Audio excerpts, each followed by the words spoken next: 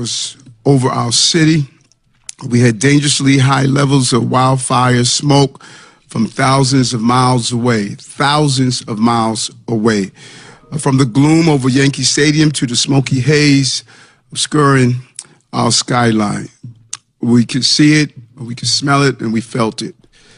And it was alarming and concerning. Last night at 10 p.m., the air quality index hit 218, a very unhealthy level. On the levels of health concern, it really sent shockwaves throughout the entire city and this region. And this morning at 7 a.m., the air quality index was 174 in the Bronx and will remain around that level for at least another day. But this is an unprecedented event in our city, and New Yorkers must take precaution. The New York State Department of Environmental Conservation has issued an air quality health advisory for all 5 boroughs. Our team is coordinating, and First Deputy Mayor Sheena Wright will go into that coordination. But at the moment, we recommend vulnerable New Yorkers stay inside. And all New Yorkers should limit outdoor activity to the greatest extent possible. This is not the day to train for a marathon or to do an outside event with your children. Stay inside, close windows and doors, and use air purifiers if you have them.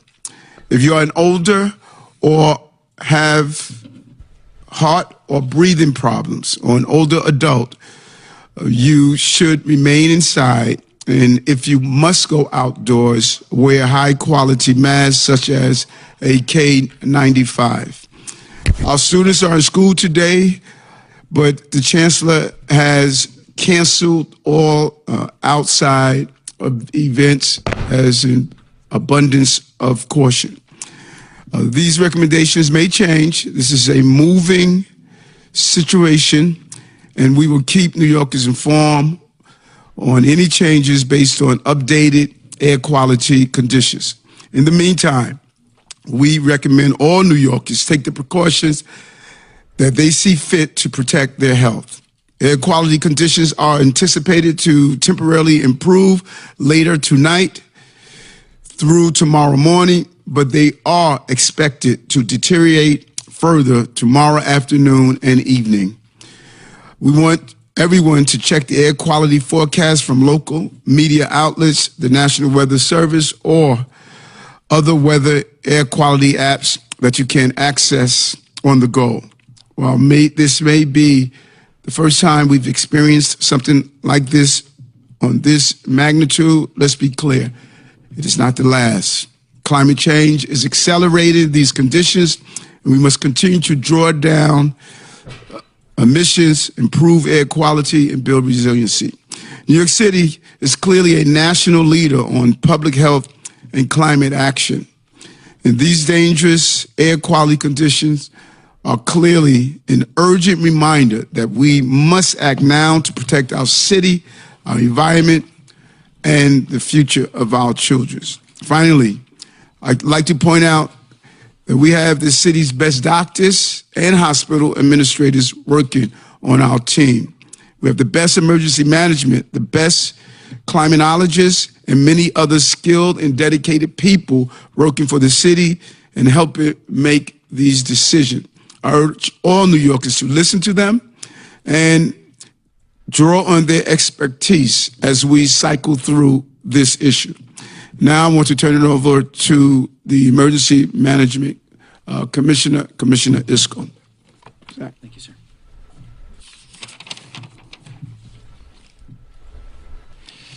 Good morning, everybody. Thank you, Mr. Mayor. Thanks for being here today to talk about this smoke issue here in New York City.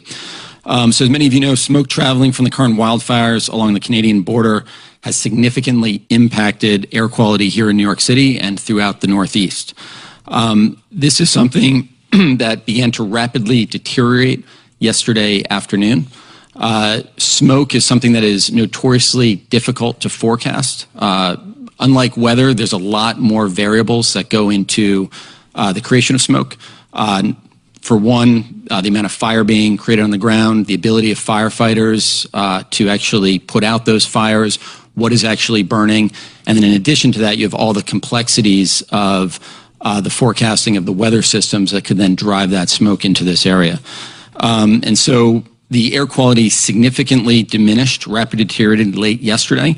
As a result, New York State Department of Environmental Conservation issued an air quality health advisory, which will be extended at least until midnight tonight. We expect this to be a multiple day event. So we expect that advisory to remain in place for the next few days. Again, it is notoriously difficult to forecast smoke and these types of events. As the mayor said, wildfires are growing, increasingly more common around the world due to increased temperatures and drought. We've seen this happen in Brazil, in Indonesia, in California, now in Canada. Canada has 9% of the world's forests. And this year's fire season has actually occurred early in Canada. The intensity as well as the number of fires is far higher than usual. Usually it peaks in July. So this is something that we can continue to see possibly over the next few months.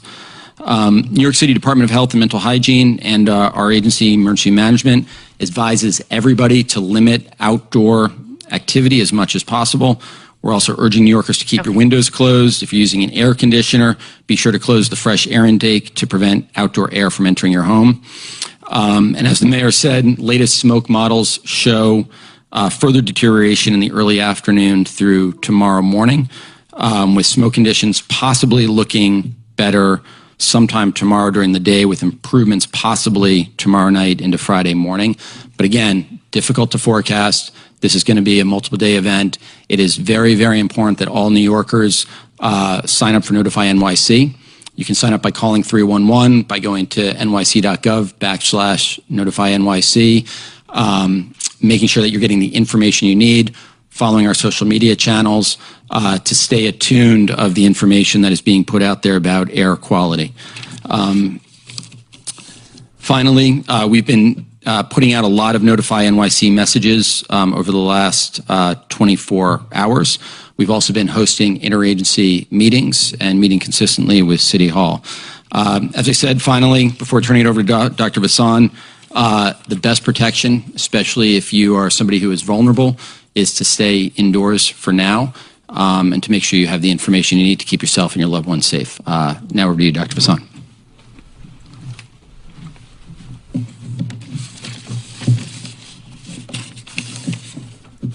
Thank you, Commissioner Iscol. It's good to be here under challenging circumstances. I'm Health Commissioner Ashwin Vasan, the city's doctor. This air quality event, which for a time yesterday gave us the worst air quality in New York City since the 1960s, presents real health risks. The fine particulate matter in the air can get into people's lungs, cause inflammation, and worsen conditions like asthma, chronic lung disease, or underlying heart conditions. Older adults may be particularly vulnerable due to declines in lung function and weaker immune systems. Children may also be more susceptible due to poor air quality because their lungs are still developing. Our guidance right now, our health guidance to all New Yorkers, is to limit outdoor activity as much as possible. This is especially true for older adults, people with underlying chronic medical conditions or issues with their immune systems, and young children who all may be at elevated risk. Avoid going outside unless you absolutely have to. For people who must be outdoors, a high-quality mask like an N95, a KN95, or a KF94 is recommended. For doctors and providers seeing patients in their clinics and hospital, please follow the steps taken by our colleagues at New York City Health and Hospitals and consider rescheduling appointments or converting appointments to telehealth for your elderly or vulnerable patients. These are exactly the New Yorkers we least want to be exposed to this air quality event. I know that if today was one of my clinic days, I would be doing the same. And for other organizations that serve medically vulnerable people in the community, please consider doing the same yourselves. As you've seen, city agencies are adapting this guidance to their own contexts, like schools, to protect New Yorkers that they serve and represent. Local and community leaders should do the same, to spread this information within their networks, following official health and agency guidance and tailoring this messaging to their communities. This situation is not static, as has been reiterated by the mayor and Commissioner Iskell. It may get better in the next several days, but this is a multi-day event, and as a result, our guidance may evolve as a result. As the mayor has said, we're monitoring this situation closely and have been since the state first issued its air quality warning yesterday. New Yorkers should follow the air quality forecast from local media outlets and the National Weather Service, and we will keep you up to date as well by amplifying this information. Partnering with the state's Department of Environmental Conservation, we provide real-time updates, and our partners at NYC have issued regular alerts. The Health Department provides continuous monitoring of air quality, and we will also share these updates as we have been doing since yesterday around midday. But it is a reminder, as the mayor has said, climate change is real, it is here.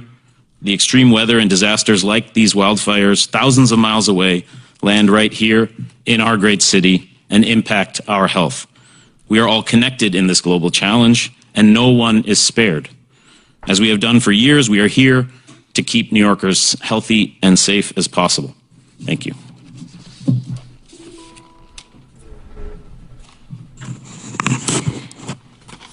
First Deputy Mayor Sheena Wright, as the mayor has said, there has been a level of interagency coordination, certainly over the past 24 hours. The First Deputy Mayor, Chief of Staff, Chief Advisor, the Deputy Mayors, as well as all the commissioners. Our team continues to coordinate with the Health Department, Environmental Protection, Emergency Management, NYPD, FDNY, DOE, Department of Consumer and Worker Protection, and numerous additional agencies across the city to make sure that we're gathering the right information for New Yorkers as quickly as possible. At the moment, you've heard the advice from our leaders here, and we really encourage New Yorkers to take heed of that advice. We will continue to push out relevant information as a result of the interagency meetings and coordination. Thank you. On-topic question?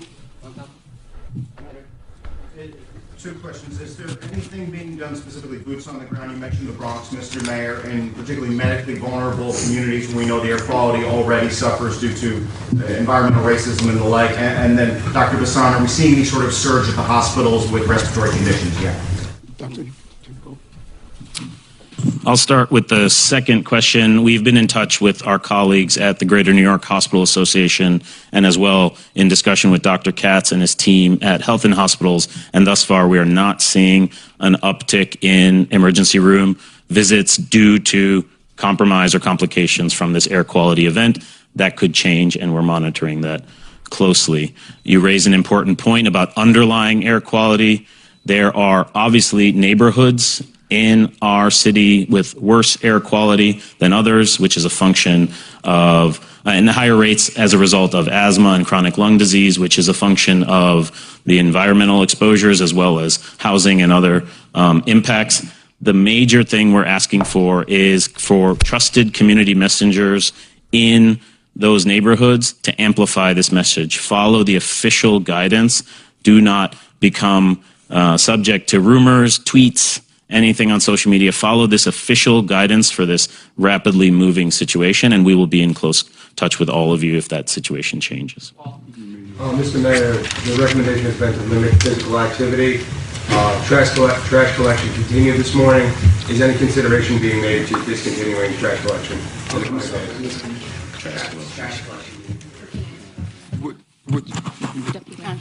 Good morning. Yes, our regular trash collection commenced this morning, early this morning, and our workers are showing up. So service is being provided to all New Yorkers, and we have no intention of discontinuing our regular trash collection service. Oh, sorry. Mira Zoshi, Deputy Mayor for Operations. Mr. Mayor, can you tell us your reaction yesterday, the first time outside, and you realized that this was something bigger than anything you've seen before? And also to the school's chancellor, any chance that schools will be closed tomorrow or Friday, or any other activities or non-activities that schools are not doing today? My reaction, I was indoors just doing some work, and when we sent out our first communication, I took notice of it, but it wasn't until I went outdoors and basically said, what the hell is this? It was clear there was something different that was happening in the city, and Deputy Mayor Wright and the Chief of Staff started convening all the agencies and doing the coordination on how we were going to move forward. But anyone that was outdoors yesterday, you clearly saw that there was something that was happening in the city that was different, and it was sort of alarming to see. And I reached out to some of my family members that's dealing with respiratory issues, and told them that I think it's best for you to stay indoors if you're planning on going out. Chancellor. So all activities today after school have been canceled. We have directed all schools to keep students inside, so there's no outdoor lunch today for schools that generally experience that. But we will be in further touch with our schools for tomorrow and the succeeding days as we follow the direction, Department of Health and the Mayor's office. We will keep our parents and our families informed. Sir, I know that you said a moment ago that you did not see an impact to the hospital system citywide. If you can explain to us, was that to be expected? Is that perhaps better than you expected? And are you doing anything to step up? I think part of why we're here today is to talk about what we don't want to happen. And we're issuing this guidance so that as few people as possible with underlying medical vulnerabilities end up exposing themselves to this thing that we're all exposed to. We are all exposed to this, but we all don't have the same level of risk of a medical complication. And that's due to our underlying health status and the comorbidities and underlying conditions and age vulnerabilities that I described. And so, part of why we're here talking about this is because we don't want to end up in a position where we do see an uptick in our emergency departments. We are prepared. Our hospitals are prepared. They're issuing, the Greater New York Hospital Association is issuing a sit-stat report and an announcement to all of the hospitals in the area. And I know Dr. Katz, if he might want to talk about what's they're doing at Health and Hospitals as well. Thank you, Ashwin.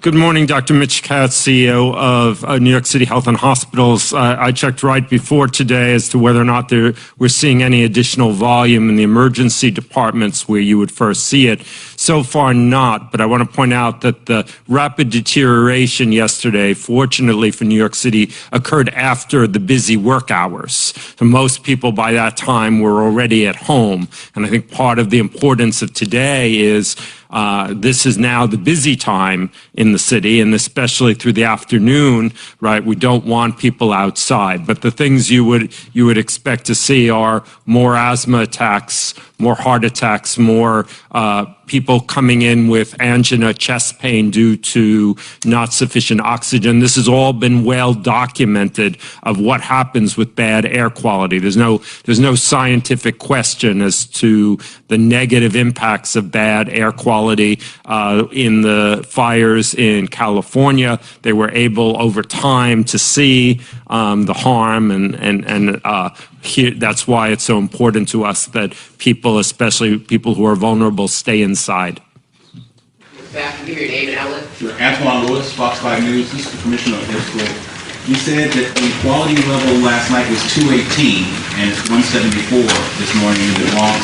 For those of us who don't know, can you tell us what the trigger number is where you all start to have these meetings that we're hearing about, that number that you said, okay, now we need to do what the Deputy Commissioner said? Yeah, absolutely. Thanks for your question. So once you hit 100 in the AQI, that generally results in a notification from New York State DEC. This time of year, it's very normal to have a rating over 100. right? You have pollen in the air, you have different weather events, the heat, pollution. So it's sort of normal to hit 100. What's not normal is to go above 150. So when that happened, that is something that, I mean, has rarely occurred. I think you have to go pretty far back to find a time when we were ever above 200. It may never have actually happened in New York City. We're sort of looking at historical data to see what the precedent is for this. But in terms of triggers, I think it's an interesting question. One of the things that we now have to start doing to deal with these sort of new types of climate events is develop triggers like we have for other types of weather events. So we knew we had a problem once we went above 150, and that's when we convened. But this is not something that is normal. The other types of weather events where we sort of have an off-the-shelf plan that leads to certain specific actions. So that's something that we're now developing. Thank you. Yep, thank you. Hi, I have a couple questions. This is for Dr. Vossen. How do you know if you've been impacted by the smoke? Are there short-term symptoms in healthy people? In healthy people, I think all of us healthy people who were exposed last night to the highest levels of this air quality could feel something was different. The air quality is bad. Maybe our eyes were stinging. Maybe it was just a little bit harder to breathe, or you started to get a little more fatigued walking up a flight of stairs or walking a couple of blocks. So that's the kind of thing we're looking for. Respiratory compromise, difficulty breathing, increasing fatigue, potentially symptoms around the eyes and the nose, nasal irritation, throat irritation, eye irritation. Those are the things that healthy people are likely to expect from being exposed to this extremely poor air quality. We're most concerned about people who walk into this situation with underlying respiratory compromise, meaning their lung function, for whatever reason, is less able to manage oxygen in the air, requires more oxygen to actually sustain life and to go about their business. And when we see lower percentages of oxygen due to pollutants, they struggle to breathe. And those folks may experience extreme shortness of breath, could be associated with chest pain, sharp chest pains, lightheadedness, dizziness, all as a function of the inability to get oxygen out from the air and deliver it to the vital organs of the body. And then, it's summer. There are several outdoor events. There's a women's race in Central Park this weekend. Have you been in consultation with their directors to ask them to cancel or postpone the race? Yeah, the mayor's office and City Hall is in close consultation with a whole host of private entities that are holding events and planning to hold events this weekend and in the coming days. Our guidance, as we said, is that all New Yorkers should limit their outdoor exposure. Stay indoors if you can, unless it's necessary. If you do need to go out or you choose to go out, wearing a mask is recommended. Thank you. For the chancellor or the mayor, a colleague spoke to parents at least 2 public schools that were getting messages that lunch was still planned for outdoors. Another school had a field trip planned. I'm just wondering what the discrepancy is there. You and the other officials are saying that all outdoor activities are canceled. That's apparently not happening. And kind of as a follow-up to that, might that be a result of the fact that the advisory was issued so late last night that it might not have reached everyone? Not sure if that was or not, but the word has gone out. If there are specific schools that you've heard that about, I'd love to know who they are, what schools those are. But the entire system has been fully notified. There are no trips that should be planned. There is no outdoor activity today. We are in the midst of a serious situation, and we don't want to put the health of any of our kids in jeopardy. So I don't know if there's a specific principal or teacher that wasn't aware when you spoke to them. I'm not sure. But the system at large has been fully notified. And was there a reason why the advisory was issued so late? It didn't come until 11:30 at night, even though air quality has deteriorated all day yesterday. We started the first communications from the Department of Health and Mental Hygiene was extremely proactive as we saw the air quality continue to erode. And this was an extremely fast-moving issue. We had several tweets throughout the day, several communications, several coordination. This was an extremely fast-moving, and the team was on top of this at the beginning of the day. the beginning of the afternoon, I should say, and continue to move so. So what we should really try to prevent doing is to give any indication that this administration did not proactively respond and did not move in the right direction to let New Yorkers know. Chris, let's not create a controversy where there is none. The team did his job, and communications were taking place throughout the day. This is an issue. The cloud you see over New York City was a fire thousands of miles away.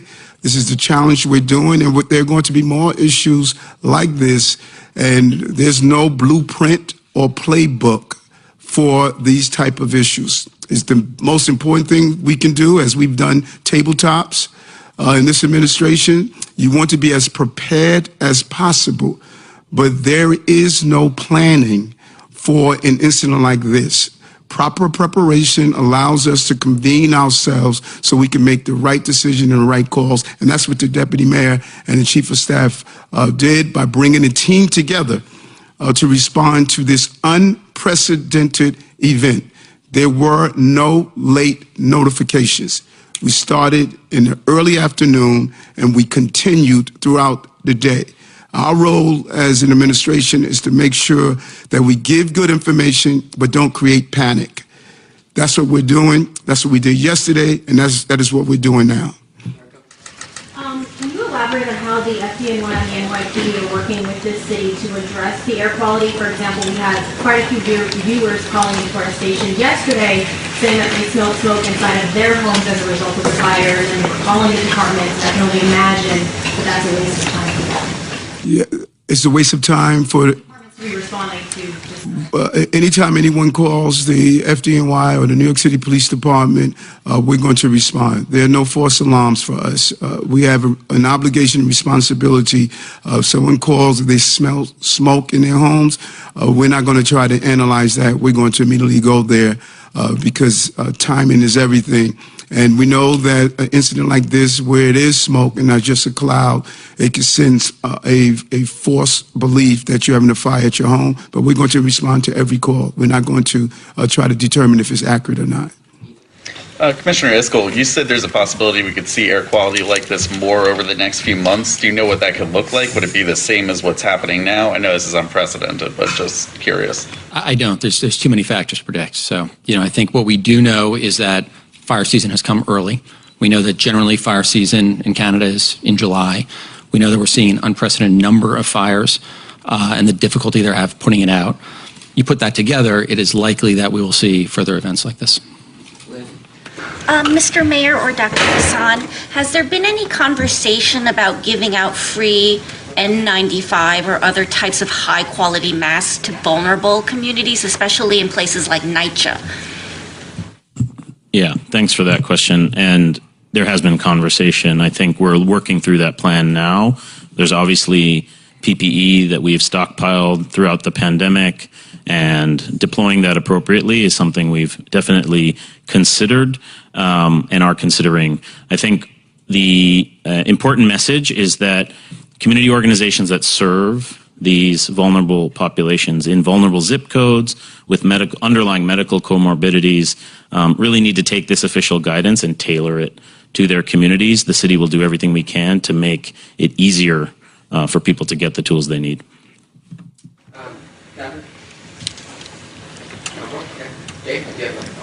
Off topic. Can I get a quick off topic?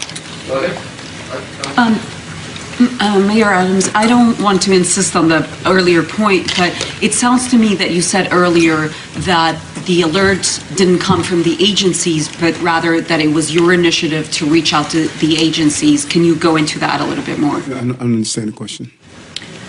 The alert of noticing that there was something wrong. You said you were indoors, but then you went outdoors and you realized something was wrong, and then you reached out, you reconvened the agencies. No, I did not say that. Let me say this again. Around noon, the Department of Health and Mental Hygiene started sending out communications via social media. As the problem rapidly moved, there was a convening by the deputy mayor and the chief of staff of all of our agencies. They coordinated that from taking place. My first visual of what was happening is when I went outdoors in the late afternoon. That's when the first time I saw it actually on myself. We were already kicked in gear. We already started notifications. We already started bringing together the team. My first visual was when I went outdoors. That was not when the first time the team kicked into gear. That was my first visual. Hi, I'm just wondering, do we have any advice for people who stay indoor? Like, do we need air filters? Because some buildings might not have the best kind of air filtering system in there. And what was the question? I'm sorry. The question was, do we have advice? Do we have any better advice for people who stay indoor, like stay in their home? Do they need better air filter machines or something? The doctor was clear that if you're home, leave your windows closed as much as possible, particularly if you're dealing with pre-existing health conditions. It's about taking the necessary precaution. Every house does not have an air filter or any form of air conditioners that relieves any improper air from the outdoors. But if you are home, one of the best things you can do is leave your windows closed, your door closed, and avoid going outside. Sure, on topic. You mentioned there was no blueprint for this. I mean, obviously, cities out west have been dealing with this for a while. I know in the Bay Area, they have these spare the air days where people are encouraged to take public transit. They're given sort of free passes, I think, for buses and trains. I wonder if you would support something like that here, or have talked to the MTA about something like that. Well, I think that as Commissioner Iscol stated, getting over the 200 level is something that's never happened in this city before. And I think climate change is going to force us to rethink the conditions that we're going to be facing. And we're going to have to rethink how do we encourage people to use not only alternate transportation, keeping stockpiles of N95s when it's needed. This is a new universe that we're in. And we are forward thinking. Commissioner Iscol reached out to California and their communications. They're reaching out, if he has not already, to California to have communications because they've dealt with air quality so many times before. And so this is new ground. We are the leader around these environmental issues, and we're going to continue to do so. And as they come up, we have to pivot and shift based on the issue that's in front of us, and that's something this administration has done time and time again. Yes. Just one thing I want to add to clarify that point about our planning process. So just because we don't have a plan specifically for fires in Canada causing pollution here in New York City and what those triggers might be for us taking certain actions, at the agency, we do have what we call all hazard plans. So there are still things that we can modify and use for these types of events. But I think the point still stands that there is work that needs to be done to deal with these specific types of issues going forward, just like we would with winter weather, with extreme rainfall, with hurricanes and other types of weather events.